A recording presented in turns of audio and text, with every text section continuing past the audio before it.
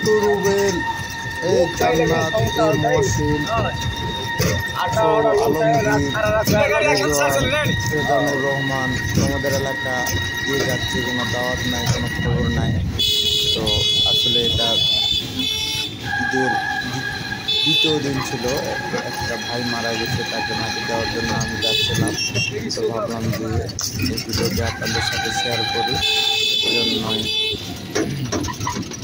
এই ভিডিওটি বানিয়েছি। আমরা বুনি হয়ে, আকবরপুর হয়ে, তারপর ষাটপুর নামক গ্রাম, ফতেপুর গ্রামে আমরা গেছিলাম। তোমাদের সাথে ভিডিও শেয়ার করলাম।